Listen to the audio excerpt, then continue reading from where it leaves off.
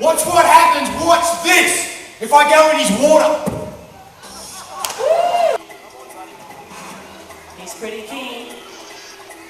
Whoa, don't worry about Steve, please don't panic, the water is heated. Before Steve Irwin would risk life and limb daily and become known around the world as the Crocodile Hunter, before using footage from his honeymoon to create the first episode of his hit series The Crocodile Hunter, which we watched on Animal Planet, before using his fame to campaign for environmental protection and awareness. Rocky Mountain rattlesnake. This is the most poisonous snake in this entire region. So what I'm gonna do is carefully sneak up on it and jam my thumb in its butthole. Before drawing criticism for dangling his 1-month-old son in front of a hungry crocodile.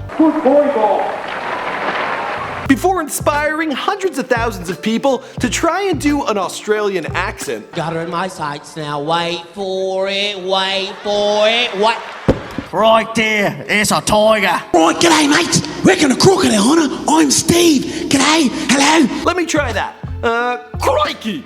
Yeah, I need some work. Steve Irwin literally grew up surrounded by dangerous critters, being raised by his parents in Beerwah Reptile Park in Queensland, Australia. He took over management of the park in 1991 after returning from years in the bush studying crocodiles. One day, while doing a demonstration, he met a visiting American tourist named Terri Raines. The next year, they were married, and Steve and Terri spent their honeymoon doing the most romantic thing possible. Oh, he's beautiful. Let me see him. Thanks. This is a treat. Come here, sweetheart. Come here. Oh, see how he's constricted my fingers? Yeah. That's what they do to rats and mice. Yeah, they filmed themselves messing around with giant crocodiles. Come on, old timer. Oh. That footage eventually became the pilot for the Crocodile Hunter TV show and began the world's fascination with Steve Irwin. Sadly, in 2006, Steve was attacked not by a crocodile, but by a wild stingray who punctured his chest and pierced his heart. This was all captured on film, but the footage has since been destroyed. What's going on, guys? My name is Michael McCrudden, documenting the life and career of Steve Irwin prior to his passing, here for you on Before They Were Dead. Now, we recently did it Before They Were Famous on BARCZYK, so naturally you guys requested this video. As always, be sure to let me know in the comments down below who's next. Crikey!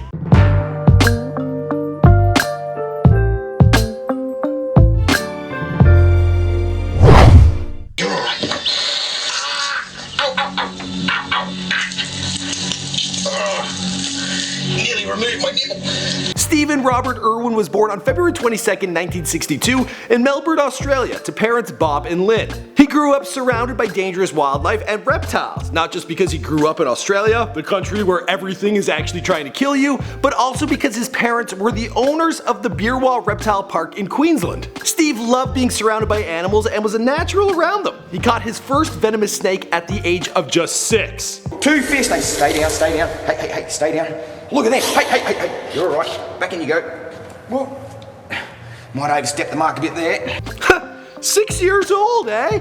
Big deal. Dude, I killed a spider in the shower just the other day. I didn't touch it or anything, I just, drowned it. But I felt pretty good about it, pretty manly. Steve would spend his late teens and 20s traveling to remote areas of his province, capturing and relocating problem crocodiles before local residents could shoot and kill them. His techniques in crocodile capture and management were so well tested that they are now used internationally. Yeah, you're welcome, state of Florida. In 1991, Steve returned to Beerwah to run the family business full-time. While giving a demonstration one day, Steve stole the heart of a young American veterinarian on vacation. Her name was Terri Raines. The two fell in love fast. I mean, they got married in under a year. Yeah.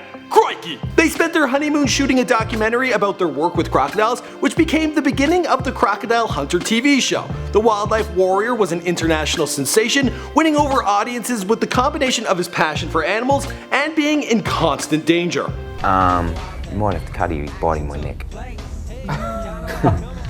Serious. Nearly killed both of us.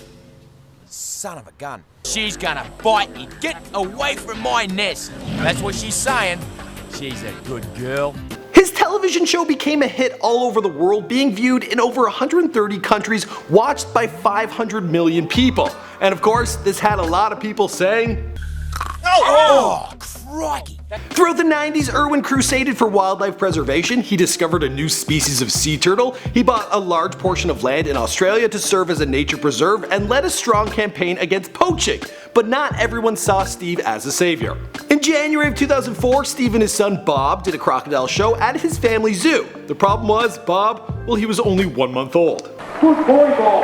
TV's crocodile hunter Steve Irwin takes his 1-month-old son to his debut crocodile feeding in Brisbane, Australia, in front of a crowd of onlookers. Steve also gained criticism from other wildlife professionals who claimed his methods were disruptive and scaring the animals. Now, I'm not saying I'm on anyone's side, but there is a lot of footage of Steve doing stuff like this. And this. Oh yeah, and then there was this. Despite the controversy, Steve continued to capture audiences, announcing yet another show called The Breed Vets in 2005 and Bindi Jungle Girl starring his daughter in 2006. Bindi, that's an interesting name. Definitely from Australia, right? The Bindi ate your baby, I don't know. Sadly, in September of 2006, while shooting a documentary on dangerous sea creatures, Steve and his longtime cameraman, Justin Lyons, came across a 6-foot stingray. Eager to shoot any footage after days of bad weather, Steve approached the stingray but possibly startled it with his shadow. This caused the usually calm animal to attack. I panned with the camera as the stingray swam away. I didn't even know it had caused any damage. It wasn't until I panned the camera back that Steve was standing in a huge pool of blood. Steve was stabbed hundreds of times in seconds through the chest and heart by the ray's razor-sharp barb. Initially, Steve Irwin believed he only had punctured a lung, but his heart had been pierced, and although his team performed CPR and rushed him to shore, it was too late, and Steve had bled to death, passing away on the boat. We're saying to him things like, think of your kid Steve, hang on, hang on, hang on. And he just sort of calmly looked up at me and said, I'm dying. And that was the last thing he said. His legacy is carried on by his family, most prominently by his daughter Bindi. I don't want Daddy's passion to ever end. I want to help endangered wildlife just like he did. She has continued to educate people on the importance of environmental preservation and donates 10% of her income to the Wildlife Warriors Foundation. As for the rest of the story, well, that is the story. The rest lives on in his legacy because this is before they were dead. Some people think you'd have to be crazy, rescuing crocodiles and catching snakes, but the conservation of these animals is really important to me. My name is Michael McCrudden and we do all sorts of celebrity bios on here. You guys asked for this one in the BARCZYK video, but you've been asking for it for a very long time. So I'm happy I can finally get it done. Crikey! Now you should check out our other videos and let me know in the comments down below who you want us to document next.